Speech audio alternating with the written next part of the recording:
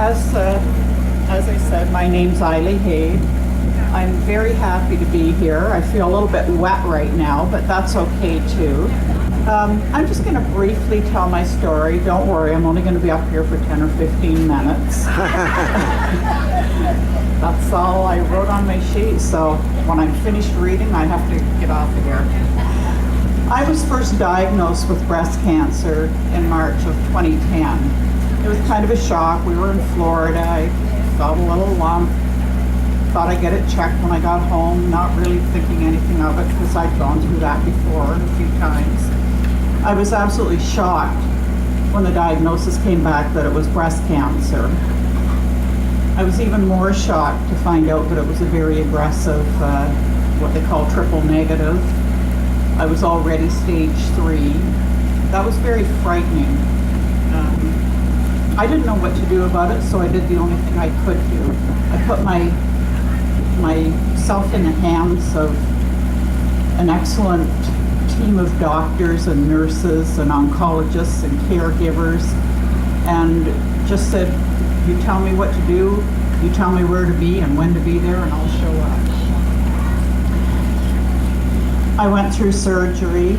I had a lumpectomy. I had 13 lymph nodes removed, 8 rounds of chemotherapy, 30 radiation treatments, and they told me that as far as they knew, I was now cancer-free.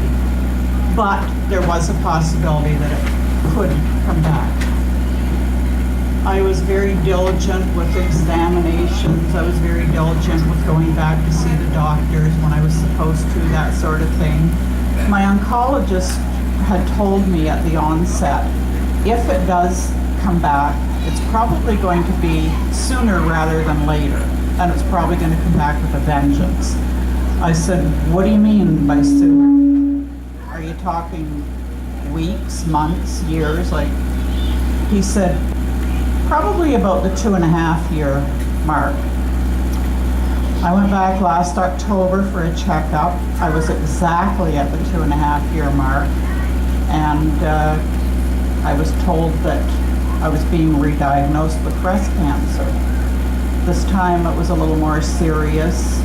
When the pathology report came back after the mastectomy, I had 2 different cancers in the breast. The original one had returned, plus there was a new one showing its ugly head. So again, I didn't know what to do about it. So I just handed myself over to the doctors again. They told me I had to be restaged, so I had to go for all my testing again. I was told I would have to undergo chemotherapy again, so I did. That's where I got this real funky hairdo.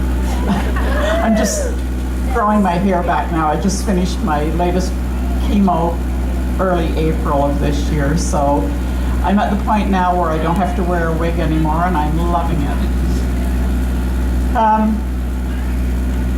Anyways, like I said, I'm very, very happy, very grateful to be here tonight. Just a few things I wanted to mention and a few people I wanted to mention. The first thing I want to say is when you're diagnosed with breast cancer, and I'm sure all the survivors out there will totally agree with me, the most important thing is to develop a positive attitude. Be very proactive about your own care. Be very diligent about your own care. Ask all kinds of questions, but mainly be positive. If I believe I'm not going to make it, I might as well just go upstairs and lay down in my bedroom and wait to die. I'm not a teenager anymore, but I'm not quite at the age of my life where I'm willing to do that. So what I decided to do was just get up every day and just be very grateful that I'm here. I'm alive, I feel well. I very quickly, after I was diagnosed the first time, I was contacted by a wonderful group of people called the Breast Buddies. They're a breast cancer survivor dragon boat racing team. By the way, just a little hitch to get in here. We'll be racing tomorrow, so we'll be out there in the boat. If any of you are still wide awake enough that you want to come down and watch us and support us, we will be there. I can't even begin to tell you how much support I've been given by my Dragon Boat team members. They're a floating support team is really what they are. So I'm so happy that they came into my life. And there's quite a few of them I see out here tonight that have come here to support me again, which I'm going to tear up if I say any more about it. I'm so happy that I have the family I have in my life. They've been totally supportive of me too. My sister's here tonight, my sister-in-law, my husband. My husband has been at every treatment and every appointment with me since I was diagnosed almost 3.5 years ago. I think that's dedication. He's really become my hero. I have wonderful neighbors. Just the neighborhood, people contacting me. Is there anything you need? Is there anything we can do? People offering to drive me to radiation treatments, people offering to cook for me, anything I needed. And you don't realize just how much that means to you until you're actually put in that situation.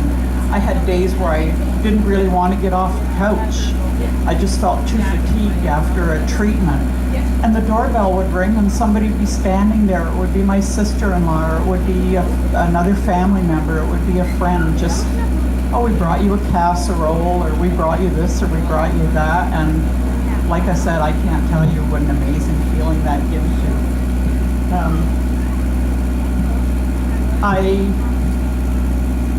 Do I live in fear of the cancer coming back again? No, I don't.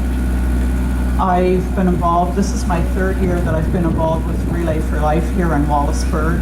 I go to the Survivors Lap in Chatham each year. I was at Forest last year. I'll be in Watford this year. I go to as many Survivor Laps as I can. The last 2 years I've been on a team all night and I just loved it. I just almost floated around that track the first year. I was out there all night. Last year I'd walk and rest, but then I was a year older. But like I say, it's an amazing feeling.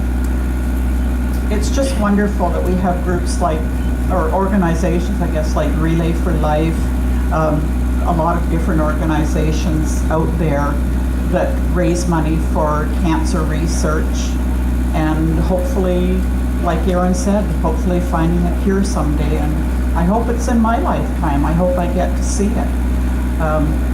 Every dollar raised is a dollar closer that they're going to come.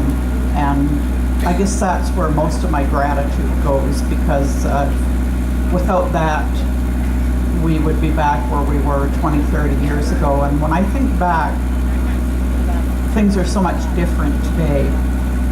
I'm not going to take up any more of your time. I told you I'd only talk for 10 or 15 minutes. And I don't know about you, but I'm pretty anxious to get out there on the track and get that Survivors Lap started. So thank you very much for listening to me, and let's go get that Survivors Lap done.